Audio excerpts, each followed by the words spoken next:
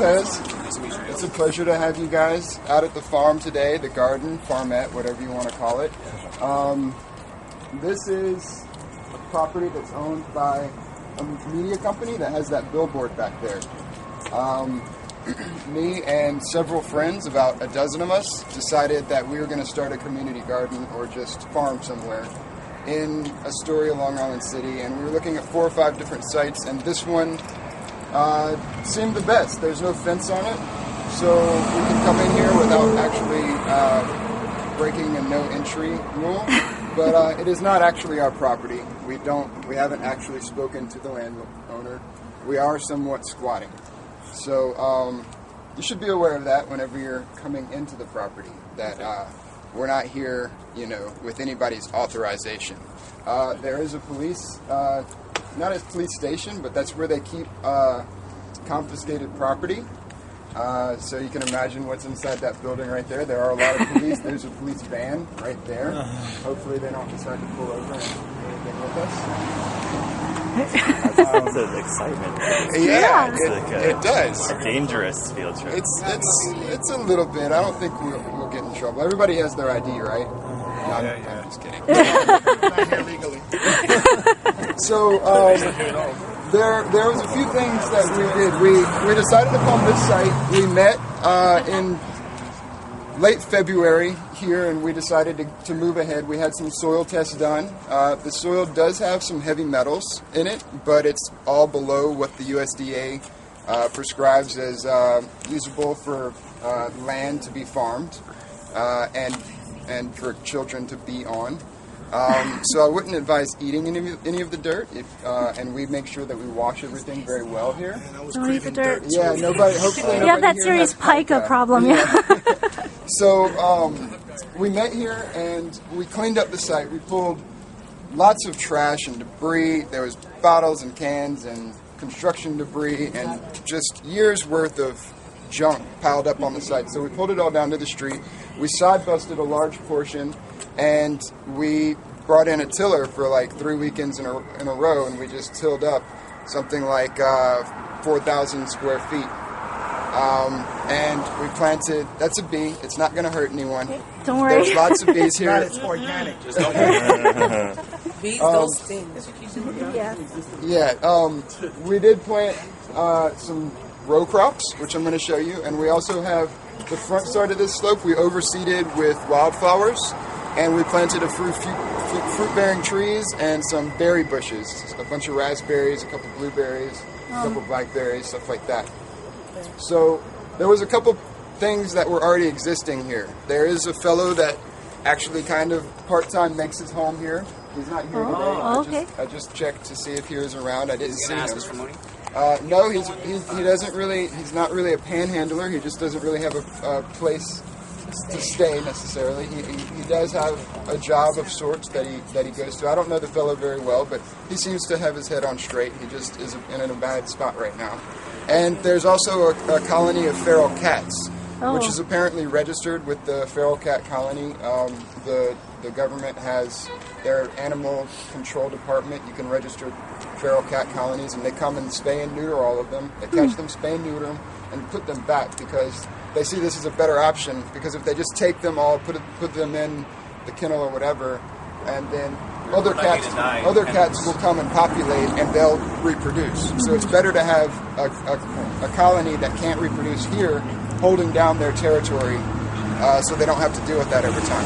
It's very ecological. Does everyone know what poison ivy looks like? All right. Poison ivy, this time of the year, it's got some reddish tinged leaves. It's got a leaf structure of 3 tear-shaped leaves on a vine. So there'll be 3 leaves with 3 leaves kind of like in a vine. We don't have a bunch, but there is some in the area over there and another area that we're not going to even be close to over there. So y'all just what it does to you. Be careful. Poison ivy has an oil in all of its plant structure, and its leaves, its stem, and its roots. When you come in contact with the oil, it gets on your skin and it makes you itch.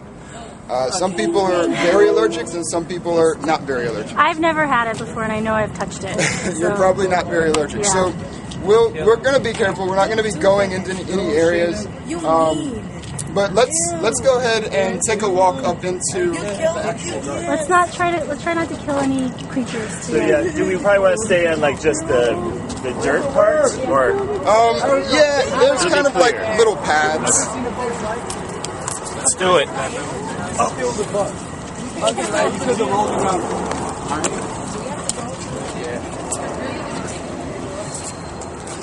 Don't be afraid. It's a little nature, a little urban nature for you. Nature, you ready for me? Carry me, yo.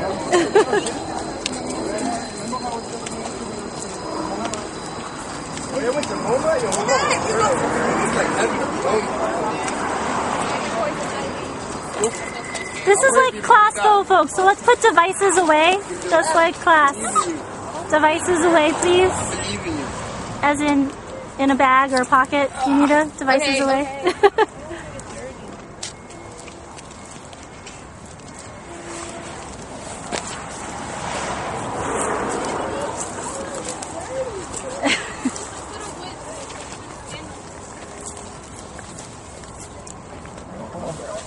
I'm fine.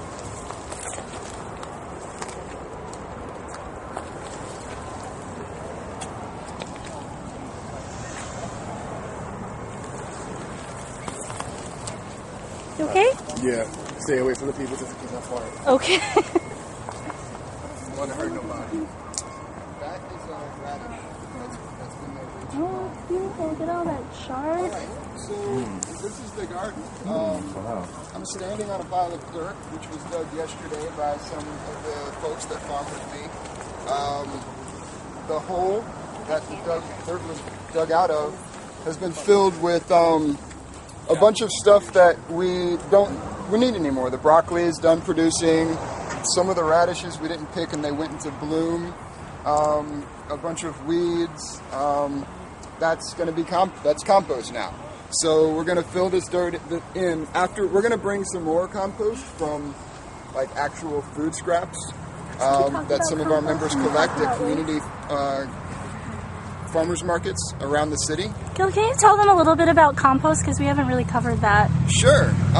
Composting is taking organic material, and by organic I don't mean grown without pesticides or herbicides. I mean plant-based or mineral-based materials, and you put them through a process of decomposition, whether that be aerobic or anaerobic. We're going to bury this, so it's going to be somewhat anaerobic. There's not going to be a lot of air getting into the compost. But what happens is over time, the plant material or the food scraps or whatever it is that you have, coffee grinds, there's a bunch of things that you can compost, leaves and stems from yard waste. It breaks down and it turns into really nutrient-rich soil. So this is called finished compost whenever it's done. And there's several ways to compost. You can do it with barrels and that rotate. You can do what's called vermiculture, and you can do it with worms. So the worms actually like eat through your food, and you actually have to have less browns when you do that. And they produce worm castings, which is basically worm poo, which is really great stuff. It takes the leftover food scraps and they digest it and break down the enzymes and nutrients to where plants can uptake those nutrients through their roots. So we're doing this. Actually, underneath this pile, there's another hole that we buried Sunday, with a bunch of compost in it as well. Right behind me, there's another pile that's kind of an open pile. It's mostly browns, so it's mostly weeds that we've pulled over time. There's not a whole lot of food scraps in there. And then behind that, kind of underneath that tree where there's actually black visqueen, it's called a windrow. And what you do is you kind of dig a small trench and you fill it in with compostables, food scraps, and you cover it with browns, which is leaves and limbs and such. And then the best way to do this is to monitor the temperature. When you're composting, what happens is it starts to break down, the temperature starts to rise, and it starts to break down. So when the temperature is rising, that's a good thing. When it peaks and it stops rising and starts to decrease, you want to turn your compost. And the more on top of it you are, the faster you're going to have a finished compost product. So we haven't really been on top of it. We're all volunteers here. We're all doing this kind of in our spare time.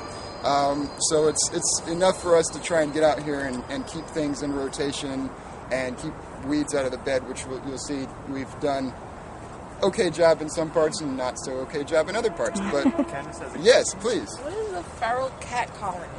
A feral cat colony? The cats will probably run away from you. There are boxes which people have set up. You see that box right there, and it's got they put a sign on it recently, actually. And No, leave it. yeah, it's not going to come over here. It's a feral cat is a wild cat. It's not domesticated. That means that it's probably not very nice. Yeah. And I don't want to go near it. Yeah, so they're going to stay over there. Unless you go over there, then they're going to go wherever else they're going to go. But they're all over the place. There's cat boxes back along the back of this building, along the side of the building, over there, there's some over there. There's lots of cats here. They were here before we were here.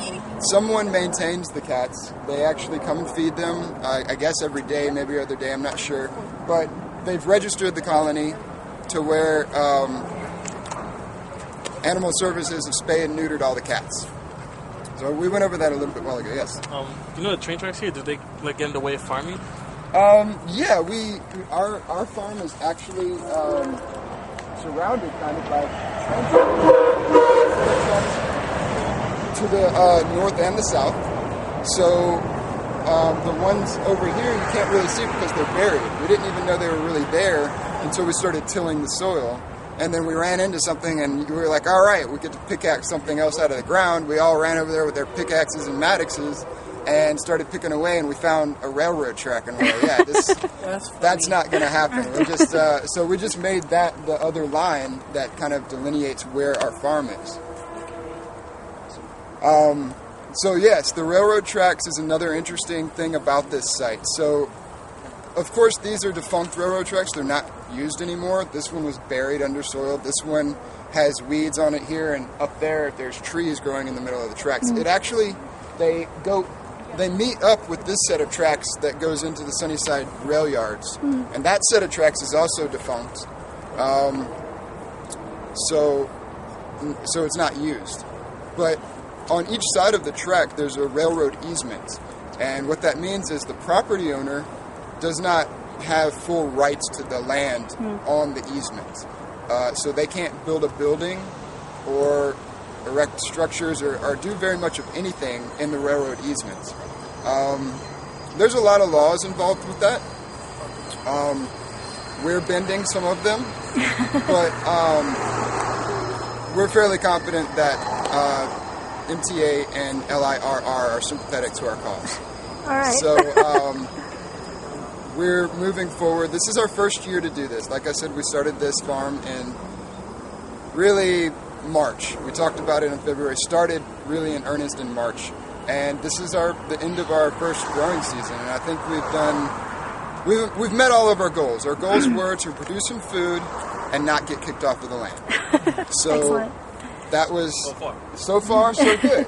You know, I'm hoping to expand goals in the future. I hope to expand the farm that way and possibly that way over the railroad tracks.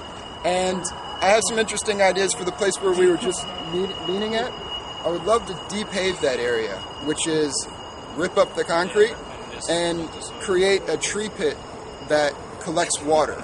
So by ripping up those 2 parking spaces, we could collect all the water that comes from the ridge line of the road on this side of the road and divert it from going into that storm drain right underneath the train trestle. And if we were to do that, does anybody know what a combined sewage overflow is? A CSO? Anyone? I don't think so. Combined sewage overflow. Okay, so in in older cities, a lot of major older cities in America and Europe have combined sewage systems. Such as New York. New York, Boston, Chicago, a lot of them have this. And what happens is water from the buildings that when you flush the toilet, when you take a shower, when you use the sink, or in factories or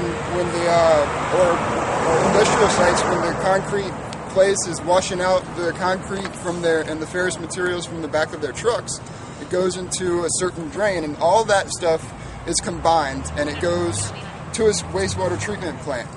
And there's a great one here at Newtown Creek that I would recommend you going to visit as well. It's actually one of... Oh, you did? Yeah. That's great. I'm surprised you don't know what a CSO is.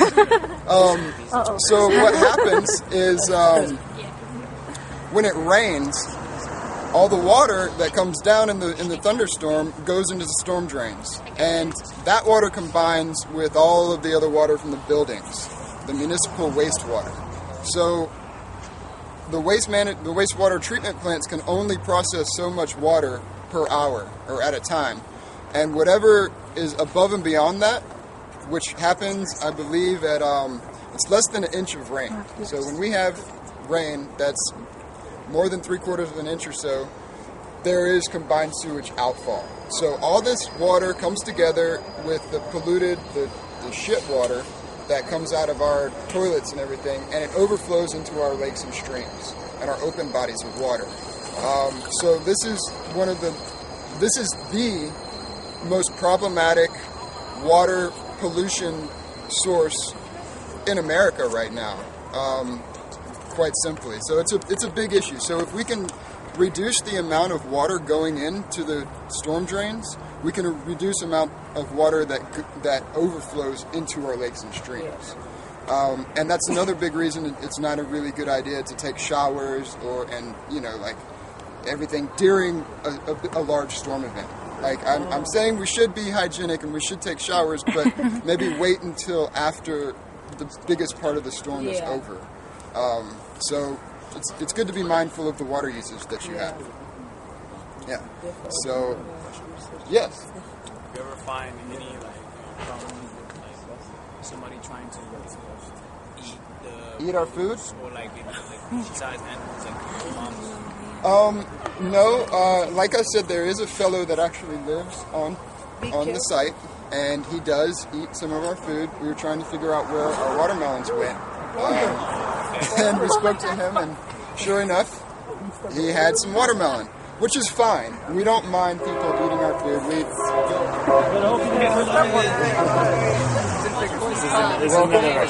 He's with us. So, to answer the question, no, we don't really have a big problem with people taking our food. And right now, we have so much food that we can't really eat it all ourselves. So even if people do take food, we don't really mind. What's going on? You need some food? We might have some tomatoes. I harvested a lot of stuff on Sunday and took it down to Occupy Wall Street. So we're kind of thin right now. And some of us have been to Occupy Wall Street too, right? Yeah, And Joelle went? Yeah. Yeah. Do you know what your total yield was? Poundage? Were you guys measuring? Okay. We started to do that, but we didn't end up taking very good notes. Gotcha. Okay. Unfortunately. So the food that you grow here, you mostly eat yourself? We do mostly eat it ourselves. We would like in the future to distribute it somehow to someone. But I did say that we took soil samples, and we did have some toxins in our soil. And the people who are growing the food are okay with the levels. But we, as a group, feel uncomfortable distributing this food until we're positive that it's okay to eat, especially for young children and pregnant women. So we feel that it's important for us to get plant tissue testing done before we do that. We haven't been able to do that yet. We're a small group with limited resources. We would love to do that in the future, and we're actively seeking partners that would possibly help us with that.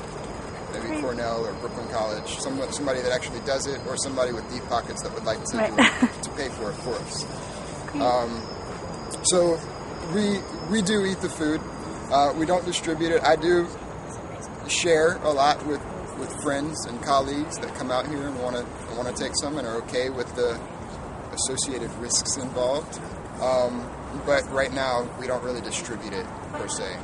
But apart from what's in the soil already, are there any added chemical fertilizers or pesticides or anything like that? We garden completely organically.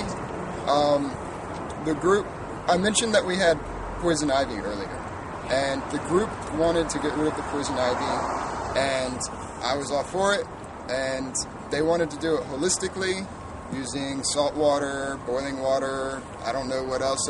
They had all kind of ideas, and I was all for them. And I told the group, let's do it. Plan a day, get the supplies. I hope you get the supplies, whatever. Let me know, let the group know. We'll all come out, we'll do it. But if it's not done by mid-October, I'm applying herbicide directly to the poison ivy. I didn't broadcast anywhere. And as I told you, there's poison ivy in this tree cover over here, and a little bit down by the sidewalk, which I see as a public nuisance and a real problem. So I did apply selective herbicide 2 weekends ago, spot application to the poison ivy only. And I was very careful not to get it on any other plants, and I applied very small quantities. I followed and exceeded the directions on the bottle, which is very important whenever you're using herbicides, pesticides, which I don't suggest unless it's absolutely necessary and you have put a considerable amount of attention to the and thought to the matter. But everything else is organic and well grown. We use our own compost on our plants, and we just planted cover crops Sunday. Well, actually, some people did that yesterday too. So they're not up yet, of course. They're just the seeds in the ground. So over winter, we'll have some cover crops to help rejuvenate the soil and add nutrients. What are examples of cover crops? Vetch, winter wheat. There's a few rye. Those are some of the ones that we planted. But cover crops are generally crops that either fix nitrogen in the soil, so kind of leguminous plants. The plants don't actually fix the nitrogen. What happens is the rhizomatic roots provide an environment that microbes that actually fix nitrogen thrive in. So when you plant nitrogen-fixing plants, you're actually inviting in microbes into that place of the soil where they will actually do the fixing. So they'll work in kind of a symbiotic way with the plant root and the soil to improve your soil. And then after the winter's over, you can till those plants in to the soil, and it acts as like another sort of compost, a live compost, if you will, and then plant right on top of it. What's that? What is this right here? The yellow stuff? Yeah. That's Swiss chard, and the red stuff behind it is also Swiss chard. The Swiss chard is doing the best right now. We've got some tomatillo right there, which we didn't actually plant. It just kind of volunteered there. We've got some, I think those are some kind of beans. I can't remember exactly. That's the problem when you have a bunch of people coming and planting different things at different times and no real good labeling system. Nobody really knows what's what until you're at the farm on the same day with that person and they tell you, oh yeah, that's the pole beans I planted like 2 weeks ago. So, have you guys planted trees? We have planted a few trees. We have 2 pawpaw trees back here. Do you know what a pawpaw is? Do you want to explain what it is? Because they're awesome. Yeah, they are awesome. Pawpaw is a tree that is native to the Northeast, or really the whole eastern seaboard of the United States. And it grows an edible fruit, which has kind of the texture of a banana, and kind of tasty like a banana, too. Yeah. Because where do bananas grow? Do they grow here? No. So this is sort of like a really cool thing that you can grow if you don't want to. It's like a local solution for bananas, because bananas have to be shipped really far. Right. And, I mean, all bananas. Right. Some bananas grow in Florida, but not the bananas that you eat. Right. Like people grow them, but there's not like commercially available bananas in Florida. So Yeah, it's important to try and look at local resources so that we can create a more vibrant food system, a more resilient food system, and a more safe food system. Because right now I'm sure you've been learning about, on-demand delivery of food at your marketplaces. We only have up to a week of, not even that, of food in our grocery stores. So if something happened with our international conveyance system, we'd be up a stream without a paddle. And what do we think about conventional food? What are some issues with conventional food at the supermarket? What? Oh. Stay away from the hole. But what do we think about the conventional food system or industrial food? What are some issues with that? The way they're grown is not healthy for us. Like, they use a lot of chemicals, or they use insecticides, whatever, or pesticides. Right. That's usually harmful to us. Yeah. Right. It's also pretty harmful to the soil. Yeah. We're depleting our soil at really just crazy rates. Not rotating crops, not growing monoculture crops that take the same nutrients out of our soil season after season, and injecting our soil with phosphorus and potassium or whatever else that they want to inject it with. It's become quite an issue, and the erosion of our soil was a big problem. That's our lovely train. Right. Yes. I'll tell you, one of the greatest things about this farm was during the summer on Saturdays when they had the warm-up at PS1. It's right over there, and the sound from those DJs would bounce off of that wall of that factory, and it was like a party over here as I was pulling weeds and harvesting vegetables. It was really awesome. That does sound like fun. So, let's take a little walk around. Yeah. Let's do that. Here, we can check this. All right.